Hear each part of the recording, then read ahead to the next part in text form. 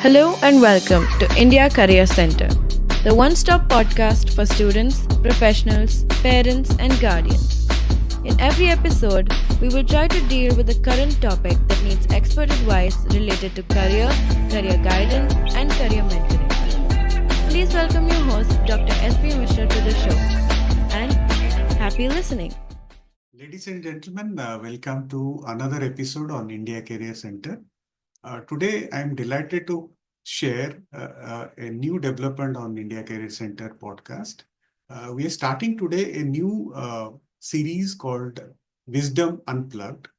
The whole idea of this series is to bring domain experts from different fields and who are now in a position to share their knowledge and wisdom about their own journey of professional career. So in this connection, I am delighted to welcome today Mr. Sanjay Srivastava.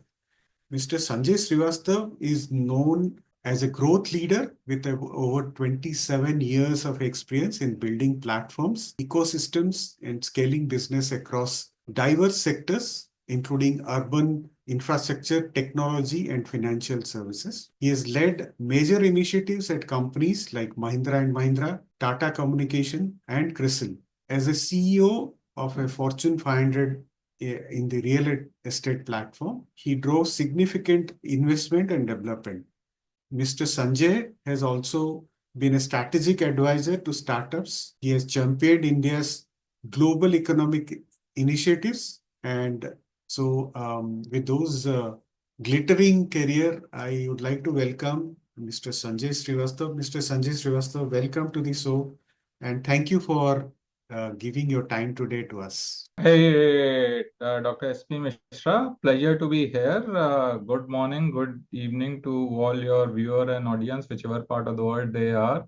Thanks so much for having me at the India Career Center and the new wonderful series which you are starting. So pleasure to be here. Okay.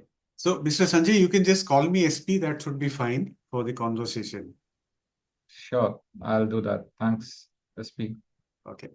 So can you briefly take us through your journey of 27 plus years of professional career, how it all started, and every intermittent step, I think you have taken also breaks to upgrade yourself in different educational qualifications.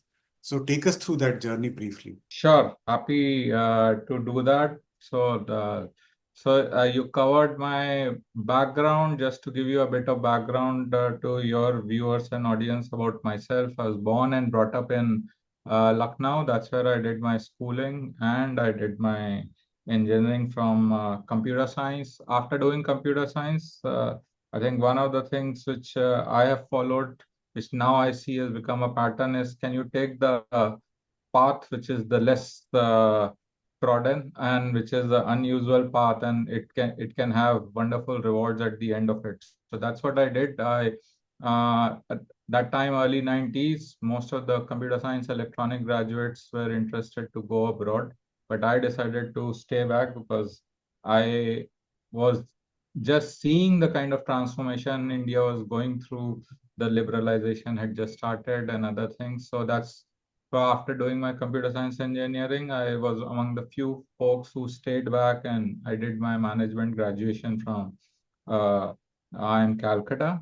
And then after that, I started working. And I think uh, to give your audience a bit of summary about my last complete career, I think coincidentally, my specialization has become that how do you really build, scale, and transform business? And that's what I have built an expertise on, and that's what I've also managed to do. Luckily, by being at the right place at the right time across domains. So I did that. So I worked for the first 5 years of my life at CRISIL, which is now a S&P company. And therein also, when I went in there, I was part of the initial core team, which was formed to look at research and information services arm. And that time, I think one of the big business challenges CRISIL was facing, that how do you really diversify your over dependence on credit rating. And I was fortunate enough to be part of the research and information services arm, which created various new products, including the competition was against the everything which was available for free, whether it is the equity research reports or others. So how do you really build value proposition? How do you really ensure you give credible, independent information, but you charge for that? So build that fees business was also associated with closely with the JV, which was found between S&P, CRISIL, and NSE, which brought in the world best-in-class world indices information. And today, if you see all of them, the indices which are running off, they are typically prefixed with S&P Nifty 50 or CNX Nifty IT index order. That typically that stands for S&P Nifty NSE, which was the JV. I also worked closely with Bloomberg Financial Services to help having a joint venture for information services. And I think that gave me a good background about how do you really use technology as a business enabler. And that's where when India was opening up for the telecom sector for the next 12 years from 2000 till late 2012. And then later on with Accenture, for almost 13 years, I worked in the enterprise telecom service. So I was fortunate enough to look at launch of the various new services as well as transforming of multiple businesses. So was part of launching India's first third-party tier 3 data centers, was part of the team which actually worked from Tata Group to took over VSNL, then created the complete enterprise business services, and then was based in VSNL to look at how to really transform the enterprise business services. So led that portfolio globally. And today, if you see Tata Communications, it's just truly a global behemoth, courtesy all the organic and the inorganic acquisitions, which we did. 30% of the global data and voice traffic runs from there. The F1 Grand Prix is globally streamed on the Tata Communications infrastructure. And from there, I worked with Accenture also briefly. And then in the last 1 decade, I've been working in the real estate and infrastructure. And again, that at that time, the infrastructure did not have too many professionals who had the background of really about building and scaling that business. But I was fortunate enough to move in Mahindra's, and we started working. We were among the earliest players to really believe in the value proposition of good, well-planned, sustainable urbanization, because we saw that that is again one of the big trends which is going to be there. And combining that sustainable urbanization theme with attracting companies to come and actually really make in India. So how do you really ensure that the what you used to call it livelihood, living, and life? How do you really create employment for people? How do you really create a good, provide a good quality of living for people? And at the end, they should both the companies working as well as the professionals there can actually have a good quality of life. So that's what I worked on. So over the about 7.5, 8 years I worked with in Mahindra's, we scaled that up to about 4 world cities, about 5,500 acres of development and management. We created two JVs. I was on the board of both of them, one with IFC and the another one with Sumitomo Corporation. Worked very closely right from day one with the Make in India, the Lion launch right at Hanover Messe, when it was nothing but just a logo. Today, of course, not just India, but globally, everyone recognizes the power of Make in India, both in terms of the infrastructure as well as the potential of the domestic market. By the time I moved out, we had got close to about 200 plus B2B clients already there, close to over $2 billion of actual on-ground investments on ground, about 250K, about 2.5 lakh direct and indirect staff working, over $1 billion of exports happening. So actual example of Make in India. And then after that, now I've been working for some time in the strategic advisory space. So that's my summary in a nutshell. Fantastic. The last one, what you mentioned is about the Mahindra World City, right? I mean, Yeah. which all started from Jaipur, and it has now, which are the other centers now? So the first Mahindra's first World City started in Chennai. It was it was about 1,500 acres. The second one started about 5 years later, which was Mahindra World City Jaipur. It was the largest, about 3,000 acres. And after that, then two smaller world cities which created under a sub brand called Origins by Mahindra World City. And one of them was launched in North Chennai on the Chennai AP corridor, but 25 kilometers before AP. And the fourth one was in Ahmedabad. Okay. And another interesting fact which you mentioned, which I don't know how many people know about it. You mentioned about Tata Communication System and F1 streaming live Run, through that. yeah, So can you right. give a little more about that? Because this is something which I also didn't know. Sure. So I think as you know, in early 2000s, I think about 2003 or so, when disinvestment process was running, then the Tata Group was very keen, including Mr. Tata, uh, that telecommunications is going to be a one big theme. And today we see that is almost is as ubiquitous. It's a utility, right? Like a electricity or a water. So if we needed to have a significant scale, then we needed to really build and move fast. And that's when then at that time the all the international long distance licenses were with the erstwhile VSNL, and while the domestic telephone licenses were with Bharat Sanchar and MTNL in the metros. And for the regular telephone connections, all the new players, including Airtel, others were coming in. So were successfully bid, and we took over all the assets for VSNL, and we integrated it back in Tata's. And then we also did the global rebranding to say how can we have a more customer focused organization. And that's when VSNL transformed into Tata Communications.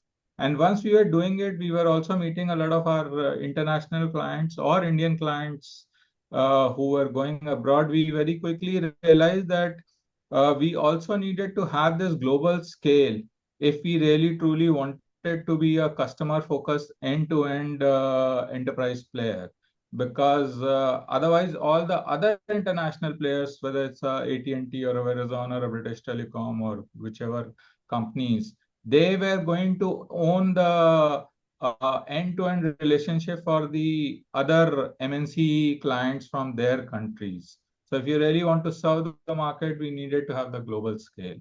So that's where just like VSNL, we also led at that time two of the largest acquisitions from any Indian corporate abroad. We bought over all the global assets for Tyco Global Network, which had built in some of the biggest submarine cables around the globe, but they were bleeding very profusely due to the dot-com bust. And we also bought over the global voice network, international long distance network of Teleglobe, which was the erstwhile Canadian service provider, but had among the largest market share in wholesale voice. So that's when you have also those international assets, you could actually serve the companies on an end-to-end basis anywhere in the globe. So as a combination of VSNL's assets in India, Tyco Global Network for data, and Teleglobe, and the complete end-to-end service, whether it is a network service or a data center service or any of the managed services. That's how it got formed. And today, that's why you see the end result, which is how Tata Communications is known as among the top service providers for enterprise telecom services. Okay. I mean, as a uh, general person on the ground, I think most of us actually get to see only those who are actually providing the mobile services or the the regular data services to public. Not many people know about the role of Tata Communication and Tata Telephone. They also used to have this Tata Docomo services, which probably they exited Which was out, the right? enterprise, which was the regular retail wireless service, the Okay. regular phones. That part of the business has been sold to Airtel, so that is now integrated with Airtel. So, moving on, I mean, your significant part of your career has been partly with Mahindra Group as well as Tata Group. So, how these two groups have really shaped your, your strategic thinking or your business acumen, and what are the influences these two groups had on you? Sure. So I think both the Mahindra Group and the Tata Group have got significant capabilities in terms of the corporate governance, their vision for uh, creating and supporting new businesses. And both groups also, I see they have certain common salience in terms of always focused and trying to do something which is toward the larger national good, besides just, of course, the profits, right? So if we serve the customers well in any business segments, the profits will follow. But both of them have a higher order commitment to building the nation, and along with it also giving a very professional environment. So as a result of this, see the biggest capabilities which and the biggest positives for me have been I could very seamlessly be an entrepreneur in such a large, well-structured organization. So it's almost like when some of these new businesses I talked of, whether it was in telecom and Tata Group or even the real estate and infrastructure, urban planning in Mahindra Group, where they started, they were all relatively small business in the larger portfolio of both the things. But the advantage which you saw is you had access to the wisdom to actually the corporate governance frameworks, your capabilities to how do you really scale the processes. A lot of those capabilities already exist in such large, mature organization having developed and ran some other businesses. But at the same time, they also have the holding capability to stay in the business for long term for a new portfolio business. So the two key capabilities which I see is that you have other mature businesses which are like a typical potential cash cows and they are generating it. And at the same time, on the second pillar which you have is the pillar of process knowledge, and the third pillar which you have is the corporate governance capability. So you use each of these pillars, and on top of it, you create a new business platform. The ability to get support and at the same time be flexible enough uh, to grow the business in a new domain is really good. So it's almost like a venture capital in today's world, like how venture capital have their own incubation centers, right? So these are all incubated businesses, but at the same time, typically VCs don't have that degree of operational working in their portfolio companies. But here in the whole group, you have the group-wide air cover. So not just you are creating the new business, but you as an individual or as a professional are also learning from the existing wisdom or the knowledge bank of the groups. Fantastic. Okay, so can you take us through some real life examples of challenges you faced? I know, I'm sure 27 plus years is a long time. I'm sure you would have handled a lot of challenges, but any top of the mind recall of any challenge which you faced and how you managed them? Sure, means I can give you tons of examples, but I know. maybe we can just pick up a couple of them. Like, for example, one of the challenges was in Mahindra World City, Jaipur. Originally, it was envisaged as a combination of a multi-product SEZ, a domestic tariff area, and a social infrastructure.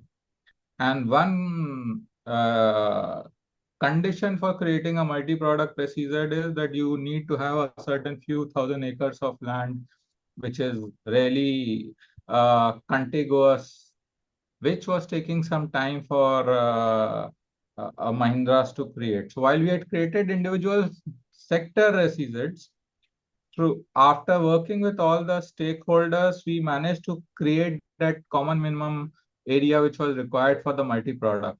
And now the business challenge was how do you convert all these three multi-sector SEZs into one single multi-product SEZs? And that was one thing which Ministry of Commerce and Industry, the MOCI, which is the parent industry, had not done earlier. There have been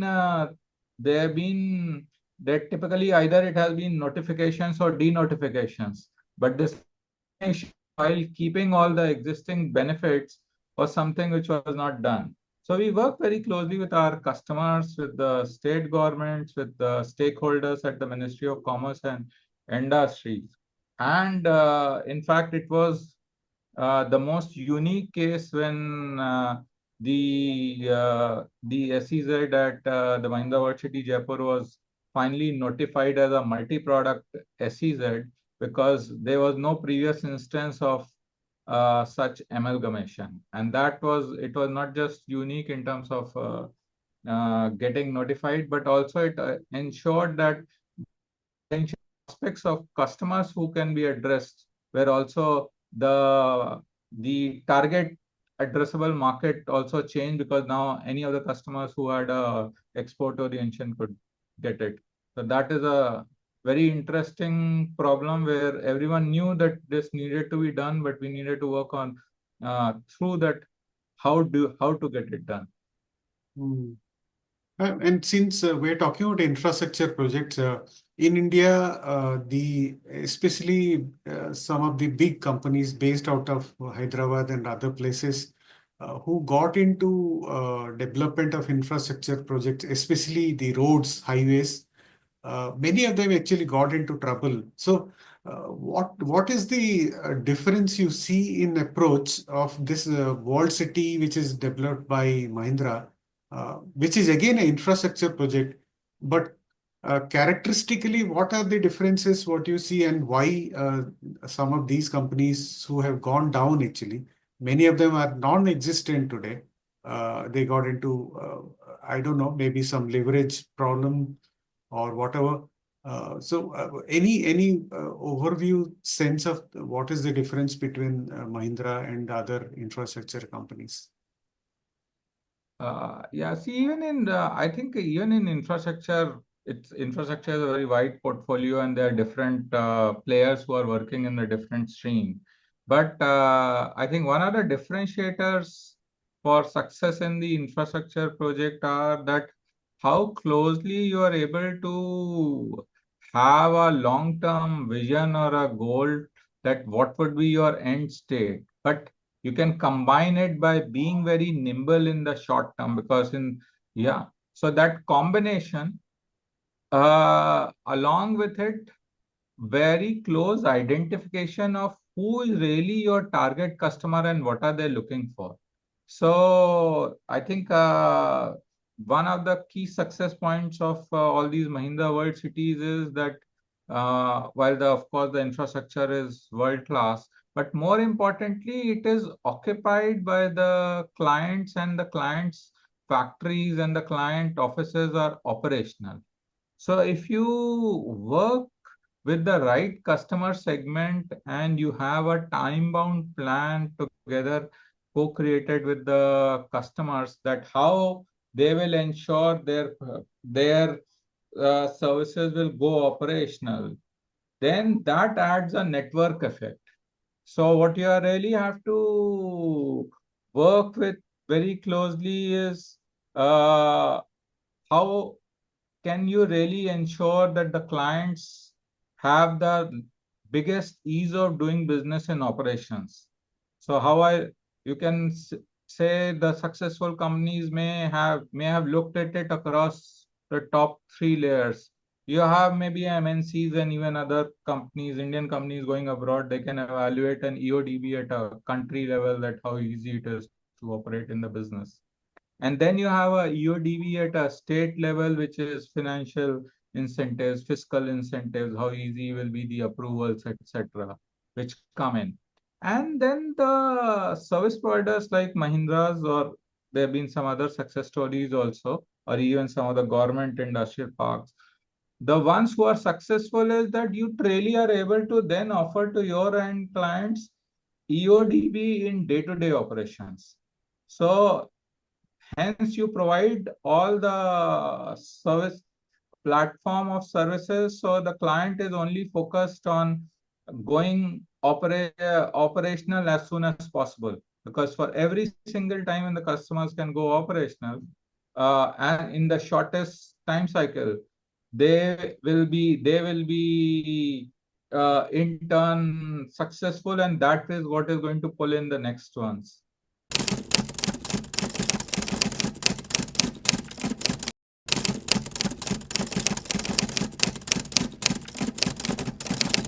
So before the break, you were talking about the difference of a successful infrastructure company versus the one which had got into challenge. And one of the area what I understand is that a successful infrastructure company has to have a long-term vision and also the nimbleness to, or the agility to, respond immediately, and most importantly, the ease of doing business. I think those are the key areas which you mentioned. So, is there anything which you would like to add further?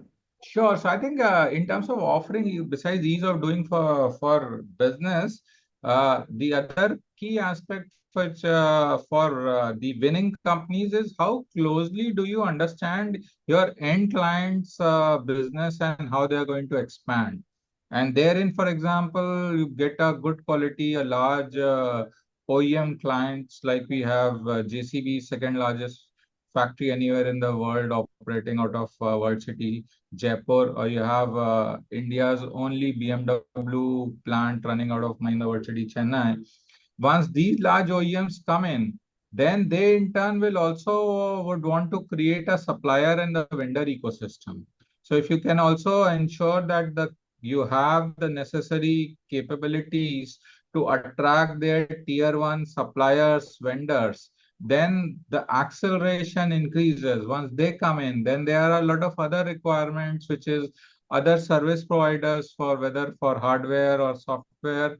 You actually similarly you need logistics, you need warehousing. So a lot of that tail business will come in. So uh, at what time, what capabilities have to be built, will a large part of it will come in if you are able to work closely with your end clients and anticipate the need. And then if you marry this with the larger macroeconomic picture or the larger trends, then that ensures the cities are working successfully, and the Make in India is happening, the employment is happening, then automatically there will be a need for a good quality residential infrastructure, a social infrastructure. One of the things which we created in one of the world cities was, since so many high-end companies were coming in and they needed a good quality trained staff, we got a Indo-Swiss joint venture to come in and create a dedicated skill development center, which brought in the best-in-class European vocational training courses at the high end. So there was and at the same time, there were a lot of engineering uh, colleges in the vicinity. So there was almost, we curated this a three-way dialogue between industry, academia, and skill development, and that again accelerate. So I think the key of the success is how do you create a platform and keep adding these different components, which will ensure that the end companies will be successful. And the more successful they are, the network effect builds up. Great. So, Sanjay while listening to your answer and looking at your profile, you somehow been always attracted towards something new. I mean, started with CRISIL, probably at that point I went, it was a new concept. Then to the telecommunication, again a relatively new subject for India. Then the Mahindra real estate, the world cities, again a new concept when probably you joined them. So you have been always lucky to be at the right time, or you have been always attracted towards something new to try in your professional career. Yeah, so possibly I would say a combination of both, because sometimes you want to try new things, sometimes they work out and sometimes they don't, right? So I would say it is a combination of you look at it, but I think more than looking at the new things, being at the right place when that industry or space was going to expand. Also, I think one factor is how do you really identify some of the trends early in the game? So if you are really able to identify uh, early trends, and then you say that if this is going to be a big thing, whether it's a sustainable urbanization or whether this is telecom, then which part of the value chain you think they are learning opportunities and they are career growth opportunities, and you really then you really go in and try. And I think the other aspect is no matter you can identify the trend, you can be at the right place at the right time. But ultimately, when you really get down and roll up your sleeves and really work on it, you know what really gets it out. So I would say it is a combination of all of those factors. Fantastic. So, to a younger self, I mean, let's say Mr. Sanjay Srivastava is now in his 20s. And so, how do you see the current scenario? What are the new technology areas or new opportunity areas which you feel a young Indian should be thinking about? Yeah, I mean, I think if you see the India and the world at the current stage where it is, the possibilities are virtually endless and across the complete spectrum. So it depends on where one's passion lies, where you are able to really connect. And often when I speak with some of the youngsters, as you mentioned, what I really tell them is to look at top two or three things. One is uh, you look at where the biggest growth will be.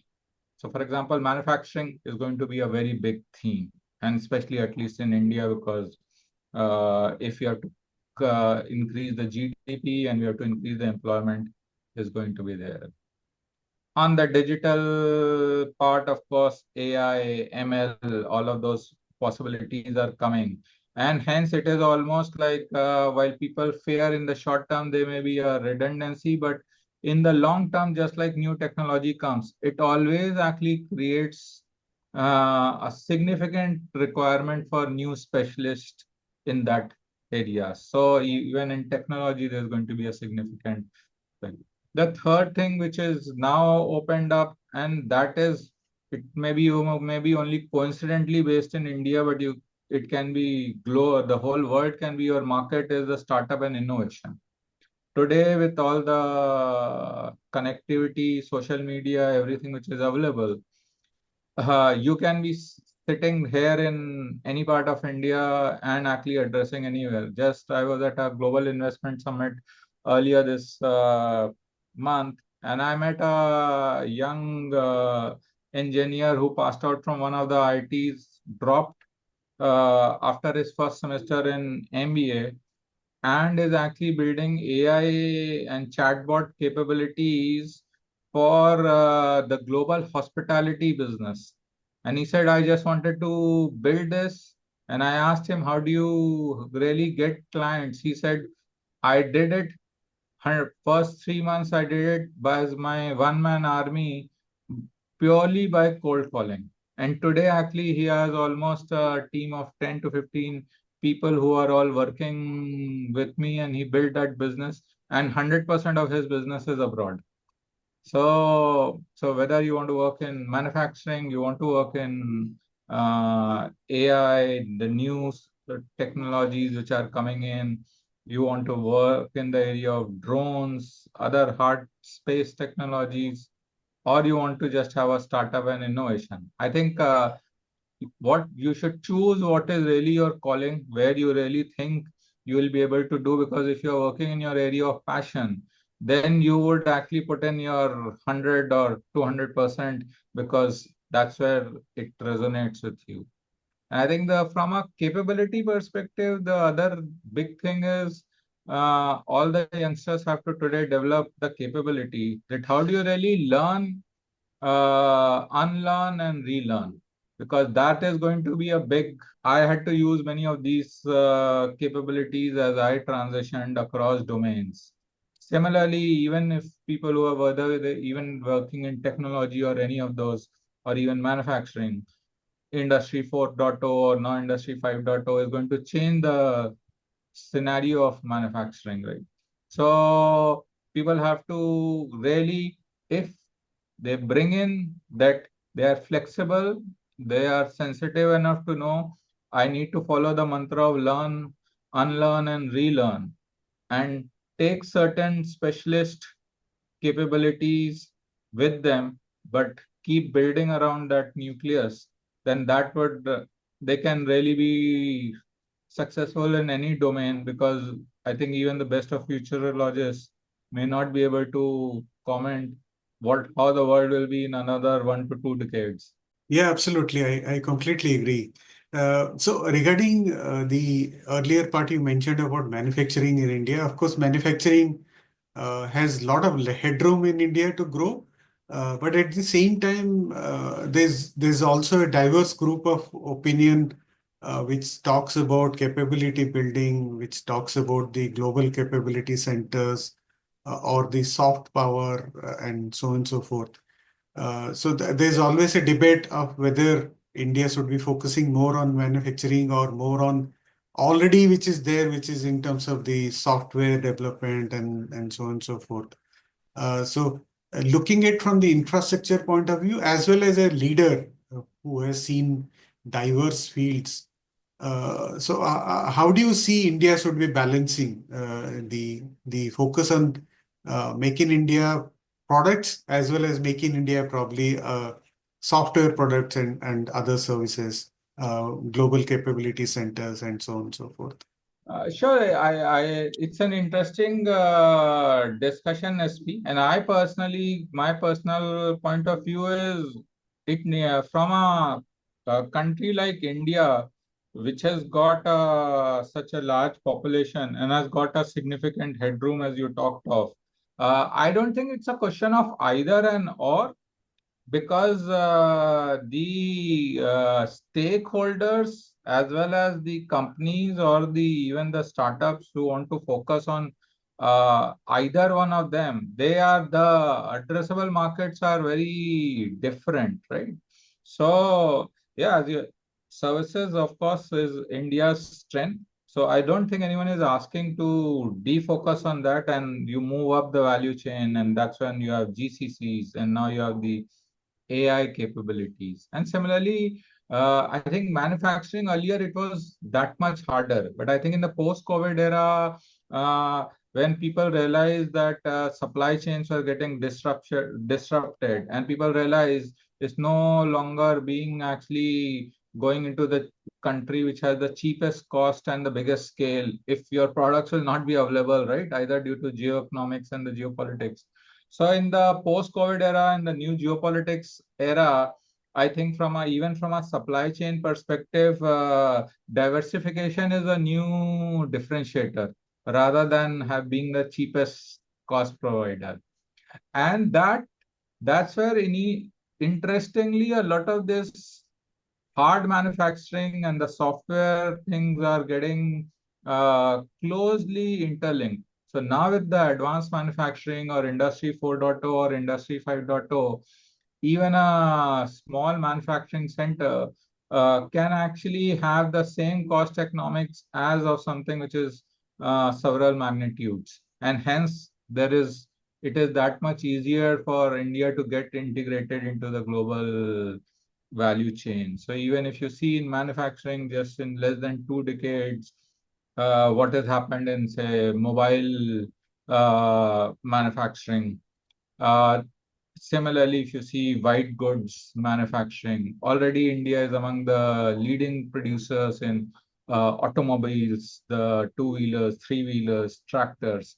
So there is enough opportunity and headroom for both to grow. And I think the common accelerator factor for both of them is, besides our 1.4 billion people, the kind of demographic dividend we have in terms of people who are coming in, who are the youngsters who will be available to work in that area, and the huge domestic market. So I think one key area where we differentiate ourselves in manufacturing compared to some of the, leaving alone China, even some of the other Asian countries, is our domestic market size is significant for companies to now come in, and they cannot ignore that market. And you have the scale from domestic market, and then of course you can always use that as a nucleus to grow. So I see that is really the reason how India will move from top 5 to 4, and hopefully from top 3 to top 2 over the next decade, because it is a two-way accelerator. I don't see it should be an and question. It should not be an or question. Great, great. Yeah. So you briefly mentioned about the demographic advantage. I mean, just certain numbers I think we should keep in perspective.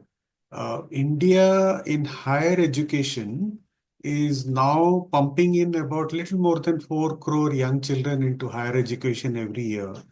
And about 1 crore plus youngsters come out of higher education every year. Yes, any kind of employment opportunity, whether it is from manufacturing or GCC or the software or any other sector, I think is welcome. What challenge I see is in terms of the gap of what we are teaching in the educational institutions and what probably the industry needs.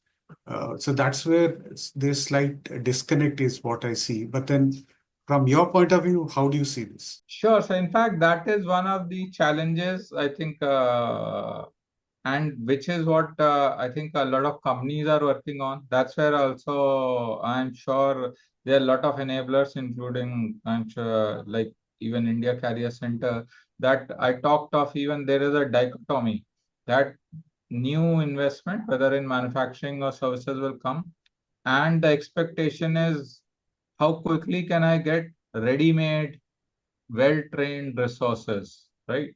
And every time a new company comes in, you cannot just poach people from existing organization because the cost goes up, right? Plus, you also need, every company also needs uh, in the bottom of the pyramid, the biggest numbers are for the starter or fresher. And on the other hand, you talked about there is not just now, but I think over the next 15 to 20 years, India will continue to have the highest number of graduates getting ready in an employable age every year. So, if the employability factor has to be increased, then the skill development is really that glue or that key corner capstone which can accelerate this. And there are 2 3 levels of working which we can do in a skill development. I was in fact a strategic advisor for one of the B2B edtech platform which is working in this particular space. Is One is, can you actually ensure that, right, there can be a collaboration right at the undergraduate level itself at the institute. So the institutes actually really revamp their curriculum and make it very industry focused. So there can be a close collaboration with the industry, and right from first year you can actually have certain courses or certain customization. So by the time people come out, they are ready for a particular domain, and then they can be. The second is, of course, the government of India has focused significantly through NSDC on the various skill development programs. So that is for the creating the numbers. The third is now the national and the state government are also offering facilities for some of the large corporates. If they commit for a particular number, then they can actually have dedicated vocational training centers, or even ITRs, where 100% of a course is actually customized only for a particular corporate. So that can be another factors. So I think all of that has to work. What is the fastest is that whatever is the need which is there, how closely and how well it is integrated with the at the academic level, as deeply ingrained right from day one or as close as possible, will be one of the ways to accelerate that. Okay, so I mean, what is the bottleneck? As per you, do you think it is something to do with the disconnect of Ministry of Industry or Commerce and probably the Ministry of Higher Education or Ministry of Education rather? And what is the possibility in terms of those integrations happening at the top level, and then possibly the on-ground implementation. For example, one more example which I would like to quote here is that in 2020 the National Education Policy was declared. It was actually formulated and publicized. But on ground, if you go to any school, even today, the level of implementation is still very, very slow. I mean, 4 or 5 years down the line. So while there are excellent centers of excellence in some pockets, including I think some of the corporates who have started their own educational institutions, including Mahindra's. I think they also have one now. Uh, but at a large scale, the integration of these two ministries is still a long way to see. I mean, long way to go.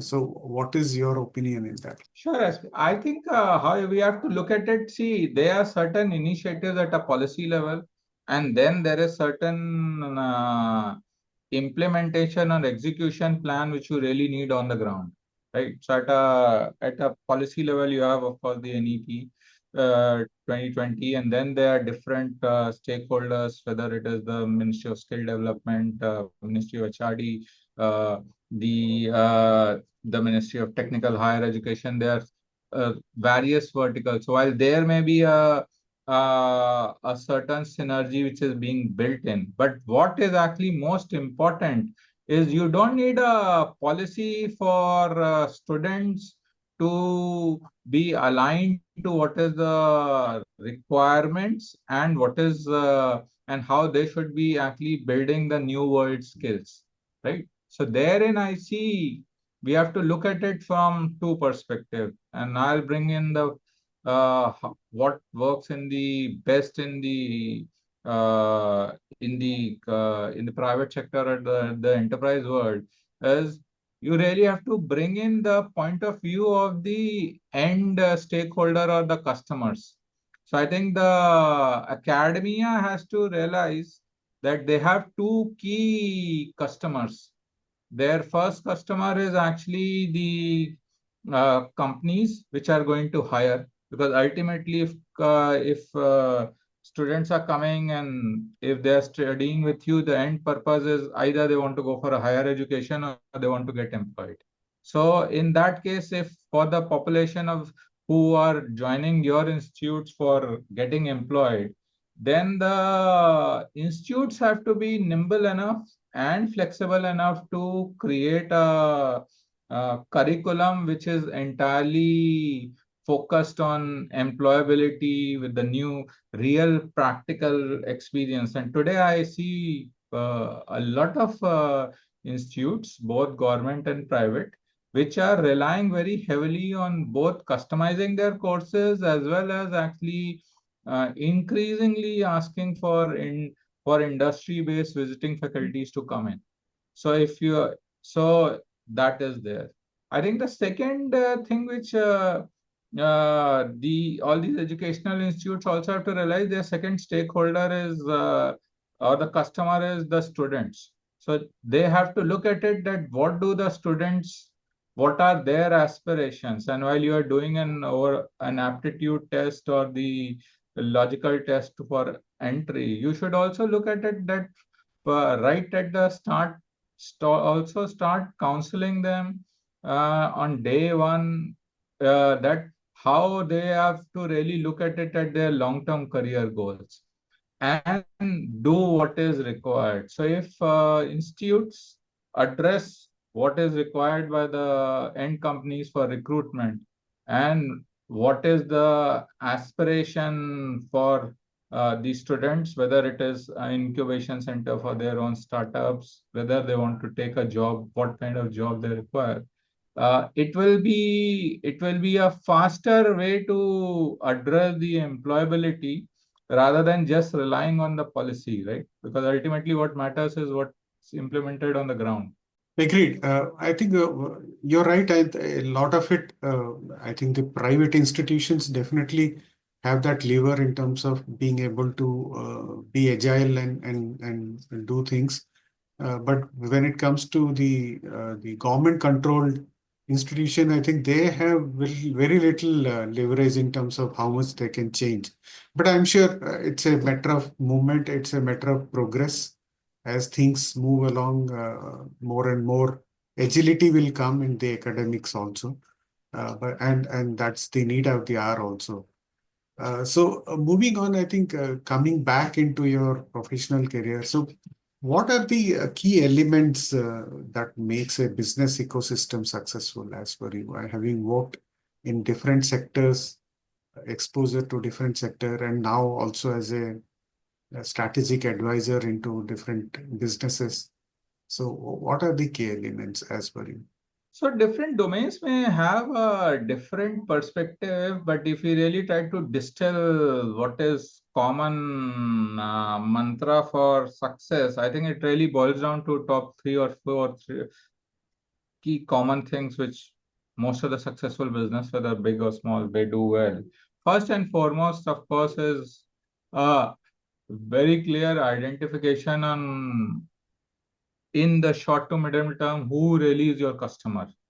The more focused you are, the sharper will be your value proposition, because if you're clear that if in that particular customer segment, what is really the need. So if you are able to really define who's your customer and what is their need, that is definitely a very key aspect. The second aspect is to have a very close view on the emerging trends. And in that emerging trends, how will it impact the end customer's business and how will it impact your competitive scenario? Because as an overall ecosystem changes, suddenly you may have entirely new players. Like, for example, you see the digital public infrastructure once DPI has come. Actually, all the banks have to compete with the fintechs, right? Because they would have never thought that they will need to compete with the fintechs. So have a very close view on what are the trends for customers and what are the trends for the competition. And the third thing is that how do you really design your product and service, which is serving the current need, but at the same time has capabilities for enhancements as the need changes. And once you have these three, four key things, then whether you should have a more comprehensive distribution network, whether you should have focus on the lowest cost producer, you can look at the product extension, all of that comes in. Now that your role has changed from being a full-time employee, you are more like an advisor, strategic advisor into businesses, and also some of the government across India. So compared to a employment, in this particular role, what are the changes, what you see, and what are the deliverables in terms of now you have to get a lot of things done. Of course, the earlier leadership roles were also similar to that. You have to get things done through your teams. But being in a strategic advisory role, how it is different now for you? I think maybe to bring the capability, an analogy from a field of sports is the difference between a player and a non-playing captain, right? Yeah. So I think the strategy of what will go to win the game, how do you really identify, how do you really help your client organizations identify the long-term trend, the strategy, which are the tie-ups they should look at, whether they should look at organic, inorganic growth, all of those aspects remain. What are the capabilities they have to build? But then the key aspect is now you have to influence, coach, and advise the actual players who will go and play in the ground to win the game. And you have to hope that you have done your best, you have given the best advice, and now they'll do the best and they'll do it. Yeah. So I think just since it's very topical just from last night, I think the difference is earlier what Vishy Anand was, and now what D. Gukesh is. He did the best he could for D. Gukesh, and now he hoped that D. Gukesh will go and replicate his success, and he has done it. Excellent example. I think very relevant and timely example, I would say. Uh, so, Thank uh, you.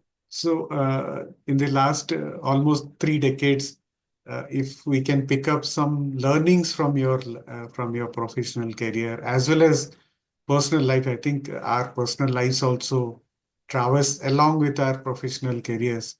So, if you can share some lessons from those journey. I think there are a lot of learnings, like some of the aspects which I think really helped me build all of that is you should always have passion for making a difference.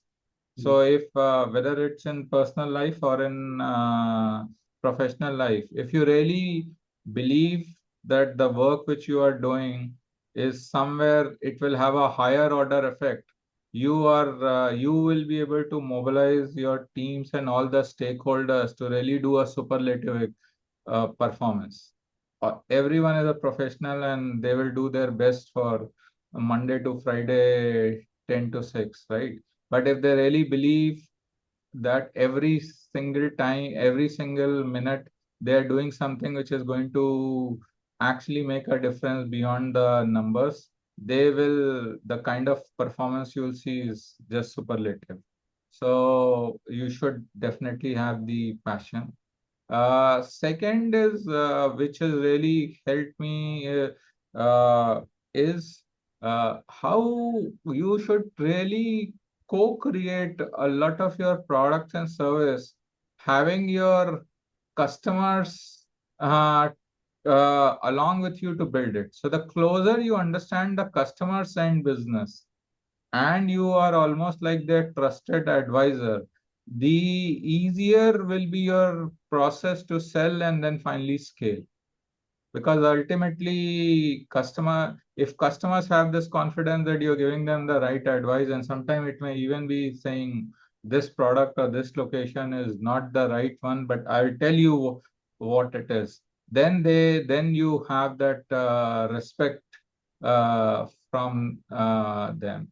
The third very important aspect is that you always have to be on ground, whether it is you are running the operations or you are actually seeing what's happening in the market, or you are actually interacting with all the different stakeholders, you always have to be out there where the actual change is happening. Because when you visit the markets, you visit your operations, you actually see your capabilities, whether it's a submarine cable being landed, or a new network tower being landed up, or the first boundary wall of a infrastructure, or the road is of the highest level. When you see things there, you should be able to do it. I think the third thing which has really helped me is that always how quickly you are able to systemize or create a process for scaling. Because the easier you are able to create a process for scaling, you are able to then guide the team to really scale it up on their own. So the more systematic and process you are able to do it, it works. And the fourth one is how do you really coach, enable, and empower the team? So if you are able to, you should actually take the best in class people who are may many of them may even be smarter than you. The smarter they are, the better for you, because then the lesser guidance they'll need from you. So you really are able to empower, you really are able to enable, and at the once you reach a particular level, you are almost like a master of orchestra, right? So you have the all the instruments, everyone is a specialist, everyone has their capabilities, but how do you really marshal all your resources? So you should do that. And I think from a personal perspective, one of my personal passions has been, which I think helps both in my professional and personal categories, traveling and reading. So you read a lot of things, whatever you like, whether fiction or non-fiction, because it always opens up your vistas on the possibilities. Because how do you really fire up your brain and your thinking to the next order of living? And personally, for me, travel, whether for work or leisure, it always refreshes your mind. And moment you step out in a new and unfamiliar territory, it will always be a way to push your boundaries. Fantastic. Since you mentioned about reading, that's something which is of interest to me as well. So, what is the latest book you're reading, and if you have any specific recommendations for our listeners and viewers? I think everyone, as I said that everyone should read what is really their personal uh, passion is. I read a lot of books about management philosophy. I also actually read a lot of books on the our cultural renaissance, which is happening. Yeah. So there are some very good new Indian historians who are bringing in some of the new perspectives, like Vikram Sampath, Meenakshi Jain. I'm reading some of their books. A lot of the good thing is a lot of our business leaders, not just the typical professors of universities, have started writing about their own experience. So if you read something which I saw, the books by Dr. Abdul Kalam Azad, which he has written. You see some of the new books which are being written by Mr. Amitabh Kant, who everyone knows actually is actually a practitioner. So you can get a good insight into how it's happening. The latest book I picked up, which is in that domain. Amitabh Kant, right? So I think some of the two books he has recently written, which are giving a very good experience about how the what is the practitioner's guide to to design, formulate uh, both policy and working with a complex set of stakeholders. Even an interesting book which I just finished last month was India at 100, written by Dr. K.V. Subramaniam, right? Our who is now at IMF, and he really talks about that. How do you really again how to take a vision, which is the Viksit Bharat 2047, the kind of multi-fold growth we want from our current 4 trillion dollar, and how actually to break it into the model to do it, right? So, so I have a varied interest. Just give you some of those examples. Okay, great. So to end our conversation, what would be your parting remark to our young viewers and listeners, and probably their parents and their teachers on how they should be planning for their future?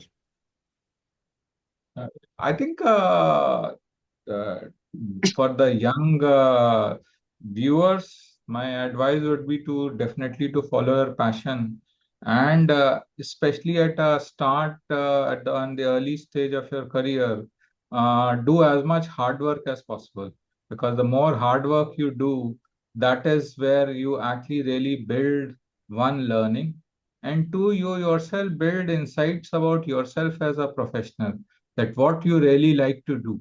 And I've seen this in various examples, that sometimes when people even feel that they would like to do a particular kind of a work or a particular domain, and then when you actually go into that domain, you may find that the real work may or may not suit you, right? So always follow the passion, try it at an early stage. It is always good to try various few things, see what works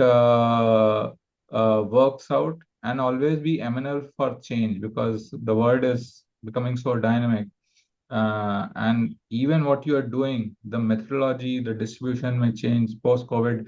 Everyone change into a digital world, right? Otherwise, these kind of dialogues we would need to coordinate to find ourselves together in the same location for 60 minutes for this, which is now an acceptable way. And I think from their parents, from their teacher's perspective, it is a little all the one single most thing which they can do is how do you really enable the growth. So can you be a enabler? Can you be the guide? And sometimes even an enabler or guide may not know all the answers, but can you actually ask the right probing questions and nudge them into the direction of their passion? Fantastic. And no, no, that's very nicely put. I think, as you rightly said, the world is actually evolving every day, and one needs to have really an open mind to try different things, try early in life, so that you know exactly what you're going to end up doing for major part of your life. I'm sure we will continue to see the world in different ways as we go along. And it is not just for the youngsters, but also for all of us. I think we will continue to evolve Yes. as well. And you gave the example of this meeting happening virtually. This was unthinkable probably about 10 years ago. This wouldn't have been possible. So, yeah, that's how it Right. is. So, Mr. Sanjay, thank you so much for all your elaborate and patient answers to my some of the questions which are probably a little silly, and to ask those questions which I am also trying to learn as well as during this conversation. So no Um, question is silly for no one. yeah. So it was excellent to talk to you. I'm sure this conversation will reach out to many of our young listeners and viewers who might actually be able to take something out of this conversation today and make their own professional career a much better and productive and effective future for themselves. Thank you so much, Mr. Sanjay, for your time. Thanks so much, SP, once again for inviting me. Best of luck to India Career Center, to your audience and viewers of Wisdom Unplugged. And I really wish you and all of them the very best in whatever endeavor they want. Thanks for having me on the show. Thank you so much. Hope you enjoyed this episode. We sincerely wish you could take something from our conversation today and be able to apply it to your life in a positive way. We value your feedback. This can help us improve our future episodes. So share your thoughts to serve you better. If you want us to focus on a topic which you think is of importance, let us know. We will share our expertise in future episodes. So, see you soon with a new topic and help you in your career journey.